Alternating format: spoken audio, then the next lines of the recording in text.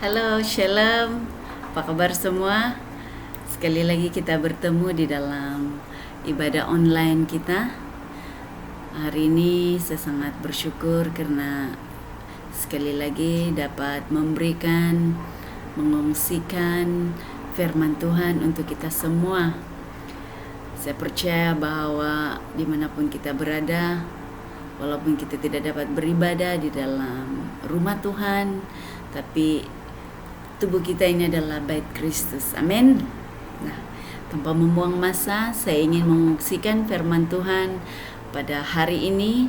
Mari kita lihat bersama-sama di dalam Galatia 5 ayat 16 sampai 25. Sekali lagi, Galatia 5 ayat 16 sampai 25. Saya bacakan di sini. Hidup menurut daging atau roh. Maksudku ialah hiduplah oleh roh, maka kamu tidak akan menurut keinginan daging. Sebab keinginan daging berlawanan dengan keinginan roh, dan keinginan roh berlawanan dengan keinginan daging, karena keduanya bertentangan. Sehingga kamu setiap kali tidak melakukan apa yang kamu kehendaki. Akan tetapi jikalau kamu memberi dirimu dipimpin oleh roh, maka kamu tidak hidup di bawah hukum Taurat. 19. Perbuatan daging telah nyata, yaitu percabulan, kecemaran, hawa nafsu, penyembahan berhala, sihir, perseteruan, perselisihan, iri hati, amarah, kepentingan diri sendiri, percederaan, roh pemecah, kedengkian, kemabukan, pesta pora, dan sebagainya. Terhadap semua itu kuperingatkan kamu, seperti yang telah kubuat dahulu, bahwa barang siapa melakukan hal-hal yang demikian, ia tidak akan mendapat bahagian dalam kerajaan Allah. Tetapi buah roh ialah kasih, sukacita, damai sejahtera, kesabaran, kemurahan, kebaikan, kesetiaan, kelemah lembutan, penguasaan diri. Tidak ada hukum yang menentang hal-hal itu. Barang siapa menjadi milik Kristus Yesus, ia telah menyalibkan diri dagingnya dengan segala hawa nafsu dan keinginannya. Jikalau kita hidup oleh roh, baiklah hidup kita juga dipimpin oleh roh. Amin. Nah, hari ini saya ingin membawa firman Tuhan yang bertajuk hidup yang dipimpin oleh Roh Kudus. Sebelum itu mungkin ada yang tahu ataupun masih ada yang belum tahu siapakah Roh Kudus itu. Kita tahu bahwa Roh Kudus adalah satu pribadi Tuhan di dalam konsep Tritunggal. Roh Kudus hanya dipercayai oleh umat Kristen dan adalah pribadi penolong yang memimpin kita dalam bentuk roh yang dijanjikan oleh Tuhan Yesus Kristus sebelum kenaikannya ke surga. Saya percaya bahwa seorang Kristen yang percaya kepada Yesus Kristus, bertaubat dari segala dosa, memiliki Roh Kudus di dalam dirinya. Kuasa Roh Kudus merupakan Roh Allah yang menolong, memimpin, menghibur kita bila kita di dalam kesedihan, dan juga menjadi sahabat yang setia. Roh Kudus menuntun umat Tuhan agar hidup sejalan dengan kehendak Tuhan. Roh Kudus jugalah yang akan memimpin, merupakan penghubung antara umat Kristen dengan Allah.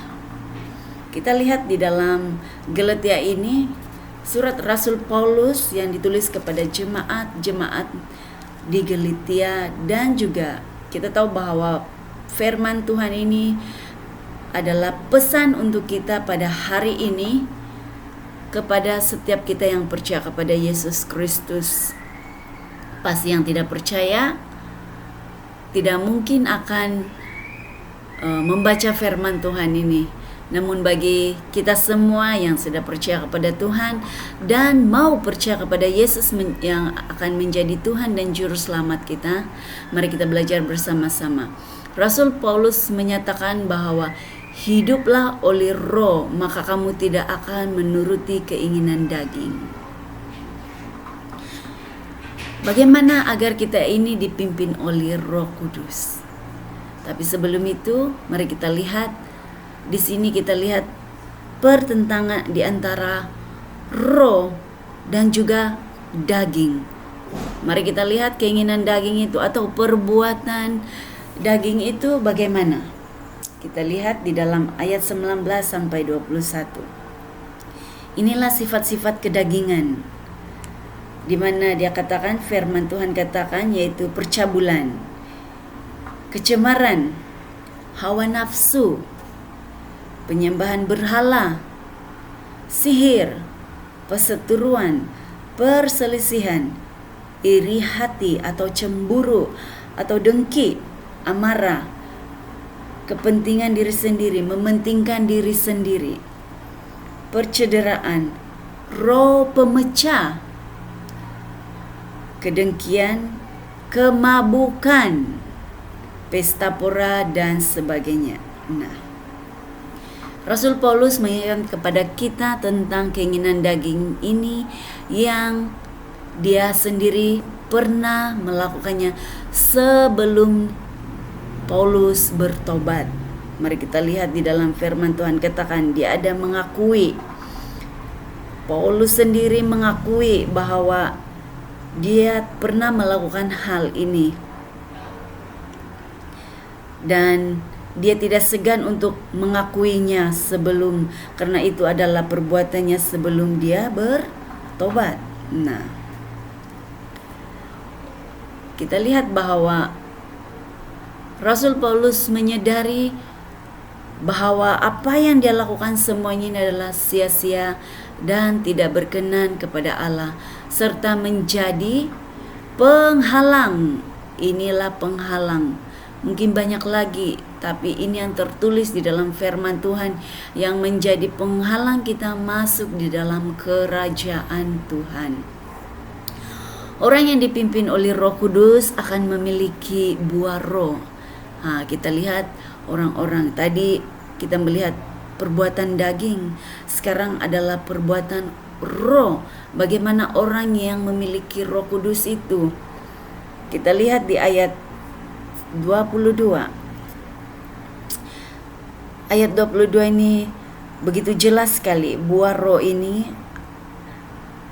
yaitu kasih, sukacita, damai sejahtera, kesabaran, kemurahan, kebaikan, kesetiaan, kelemah lembutan, penguasaan diri. Nah, Paulus katakan bahwa semua buah Roh Kudus ini tidak ada hukum yang menentang hal-hal ini. Inilah yang menjadi kesukaan Tuhan kepada anak-anaknya. Nah, bagaimana agar kita hidup ini dipimpin oleh Roh Kudus? Yang pertama adalah penyerahan. Katakan penyerahan. Mari kita lihat ayat 18. Dia katakan, akan tetapi jikalau kamu memberi dirimu dipimpin oleh roh, maka kamu tidak hidup di bawah hukum Taurat. Wow, luar biasa. Akan tetapi jikalau kamu memberi dirimu dipimpin oleh roh, kita menyerahkan hidup kita ini. Kita serahkan hidup kita kepada Tuhan dan berilah diri kita ini dipimpin oleh Roh Kudus. Buka hatimu dan menerima lawatan Roh Kudus hari ini di dalam hidupmu. Izinkan Roh Kudus tinggal dan memimpin seluruh hidupmu mulai saat ini. Saya percaya itulah perbezaan dia. Kalau sebelum ini kasihmu berkurang, kebaikanmu tidak pernah berbuat baik kepada orang lain. Tapi kalau Anda mulai merasakan bahwa Anda memiliki belas kasihan, Anda bermurah hati. Anda kalau dulu mungkin orang yang tamak, mau bagi duit sebagai persembahan di rumah Tuhan pun begitu susah. Tapi bila Roh Kudus itu masuk di dalam hati kita, menyentuh hati kita, dan kita menyerahkan seluruh hidup kita kepada Tuhan, maka buah Roh Kudus itu akan mulai hidup di dalam kehidupan kita setiap hari. Kita akan mulai memiliki damai sejahtera. Orang yang tidak memiliki damai sejahtera akan mengalami kerisauan, akan mengalami kekhawatiran, akan mengalami ketakutan. Tidak ada damai sejahtera, tidak ada ketenangan di dalam hidupnya. Tetapi bila orang itu memiliki Roh Kudus, sekalipun dia mengalami masalah, sekalipun dia mengalami pencobaan, tentangan dalam hidupnya, dia akan tetap tenang. Karena ada Yesus, ada Roh Kudus yang memberikan kekuatan, yang memberikan penghiburan di dalam hidupnya. Nah, hal yang kedua, sadar bahwa tubuh kita ini adalah bait Roh Kudus. Banyak orang tidak menyadari tubuh yang Tuhan percayakan ini disia-siakan, disalahgunakan dengan mengabaikan tubuh ini dengan perkara-perkara yang tidak baik, membuat tubuh ini menjadi sakit dengan menggunakan ataupun mengambil barang-barang yang tidak sepatutnya untuk tubuh kita. Tapi mari saat ini kita harus menyadari bahwa tubuh kita ini adalah bait Roh Kudus, dan Roh Allah diam di dalam kita.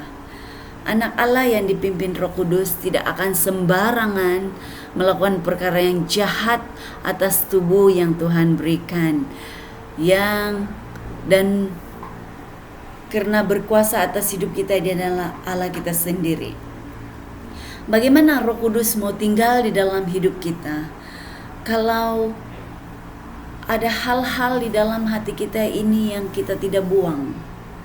Masih ada kepahitan, masih ada kebencian, masih ada dendam, masih ada iri hati, masih ada tidak puas hati dengan orang lain. Bagaimana Roh Kudus itu mau tinggal di dalam hati kita, mau tinggal di dalam hidup kita?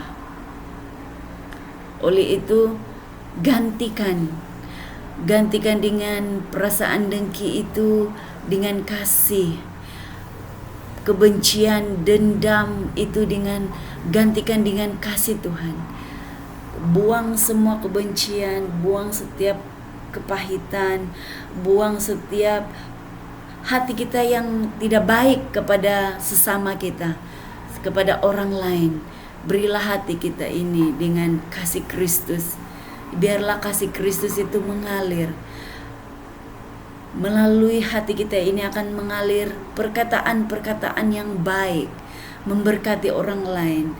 Kita akan menyatakan kasih Tuhan dengan perbuatan kita. Tanpa berpikir panjang, kita akan memberi pertolongan kepada orang lain.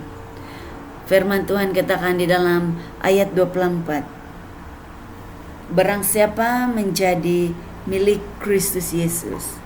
Barang siapa, berarti kalau kita sudah menjadi milik Kristus yang telah menyalibkan.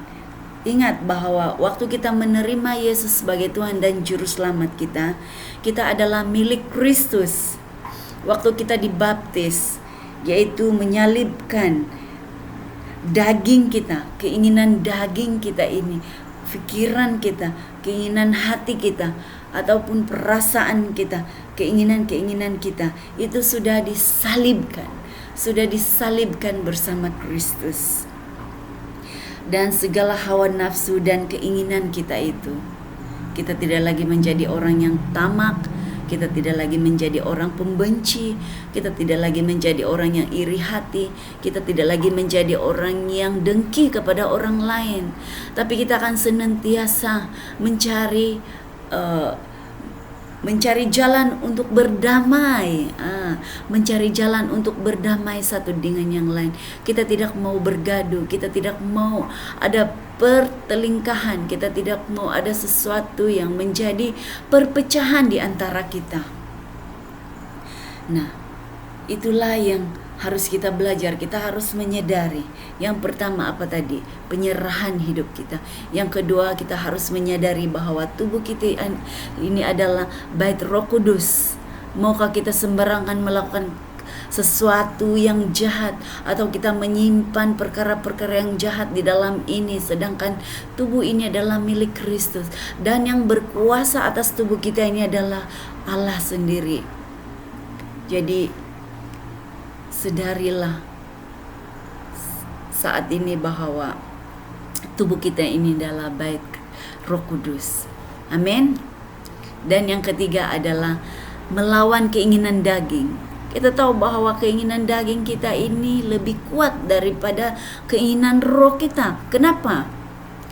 Karena kita memberi makan roh kita ini, keinginan daging kita ini terlalu banyak. Contoh, kalau kita terlalu banyak melihat television satu hari, keinginan daging kita itu lebih banyak. Kita akan melekat di depan television setiap hari. Tapi kalau kita mengisi roh kita ini dengan lebih banyak merenungkan firman Tuhan dan berdoa, maka roh kita itu akan menjadi kuat.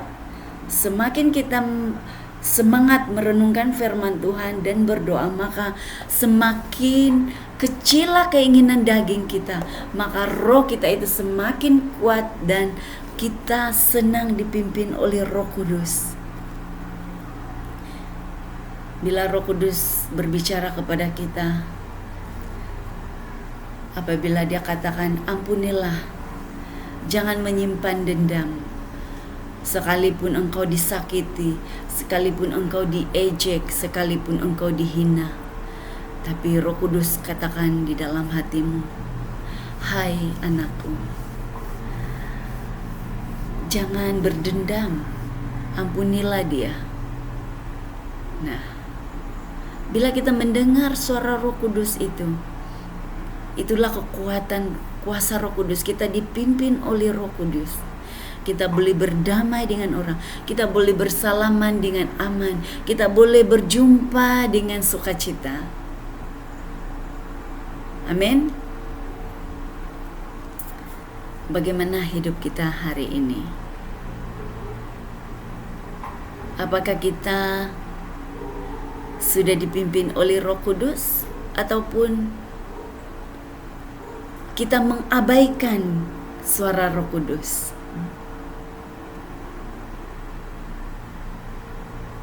Apatah lagi kita ini sudah 3 bulan tidak beribadah bersama. Mungkin mendengar firman Tuhan itu seminggu sekali, ataupun kita tidak pasti. Jika kita merasa bahwa keinginan daging kita itu lebih kuat dalam hidup kita, saya mau katakan kepada saudara-saudari yang saya kasih dalam Yesus Kristus, belum terlambat untuk kita bertobat dan berdoa minta Roh Kudus memimpin hidup kita saat ini sekali lagi. Jangan takut diejek, dihina oleh sahabat-sahabatmu karena perubahan hidupmu yang mulai mencintai firman Tuhan, yang mulai berdoa, yang mulai menghindari dengan pertemuan-pertemuan yang tidak baik, dengan perbicaraan, dengan kata-kata yang tidak baik. Tapi marilah, mulai pada saat ini, mari kita hidup dipimpin oleh Roh Kudus, agar hidup kita ini memuliakan nama Tuhan. Amin. Haleluya. Semoga Tuhan memberkati kita semua lewat firman Tuhan hari ini. Karena firman Tuhan katakan, kata-kata yang terakhir ingin saya katakan, jikalau kita hidup oleh Roh, baiklah hidup kita juga dipimpin oleh Roh. Ingat, bukan roh jahat, tapi Roh Kudus. Kita dapat membezakan kalau roh jahat itu dia akan membawa kita ke jalan yang jahat. Tapi kalau kita dipimpin oleh Roh Kudus, dari jalan yang jahat Tuhan akan membawa kita ke jalan yang benar. Itu adalah Roh Kudus. Jangan keraskan hatimu kalau Roh Kudus berbicara kepadamu saat ini. Mintalah pengampunan. Ajak Roh Kudus. Mari izinkan Roh Kudus masuk di dalam hatimu saat ini untuk mengubah hati kita, untuk membuang setiap kepahitan, setiap perasaan yang tidak baik di dalam hati kita. Amin. Sampai sini firman Tuhan yang saya dapat kongsikan bersama-sama dengan kita. Saya harap firman Tuhan ini dapat memberkati kita semua. Sebelum saya mengakhiri, mari saya ajak kita berdoa. Kalau ada di antara kita yang mau menerima Roh Kudus sekali lagi dan mau dipimpin oleh Roh Kudus, angkat tanganmu dimanapun engkau berada saat ini, dan saya mau berdoa untuk Anda pada saat ini. Mari kita berdoa. Bapa kami di dalam syurga, yang kami kenal di dalam Yesus Kristus, terima kasih untuk pada saat ini Tuhan, kami dapat merenungkan firman-Mu bersama-sama. Bapa, saya berdoa buat jemaat-Mu dan siapapun yang melihat firman Tuhan, mendengar firman-Mu saat ini, yang rindu, yang mau mengalami kehidupan dipimpin oleh Roh Kudus. Saat ini saya berdoa dimanapun mereka berada Bapa, baik mereka berjalan, baik mereka berdiri, baik mereka duduk, berbaring, atau mereka sedang mendengar firman-Mu ini, Tuhan buka hati, sentuh hati mereka, masuklah di dalam hidup mereka saat ini, berbicaralah kepada mereka, penuhi hati mereka dengan sukacita, penuhi hati di mereka dengan damai sejahtera, kebenaran-Mu Tuhan yang memerdekakan kepada kehidupan mereka saat ini, yang melepaskan, yang membebaskan mereka dari segala belenggu. Oh Tuhan Yesus, terima kasih Bapa. Terpujilah nama-Mu Tuhan. Segala puji syukur, segala hormat kemuliaan hanya bagi-Mu. Terpujilah nama-Mu. Terimalah kuasa Roh Kudus yang turun atas-Mu saat ini. Dalam nama Yesus kami berdoa. Amin. Haleluya. Semoga Tuhan memberkati. Amin. Jumpa lagi. Bye.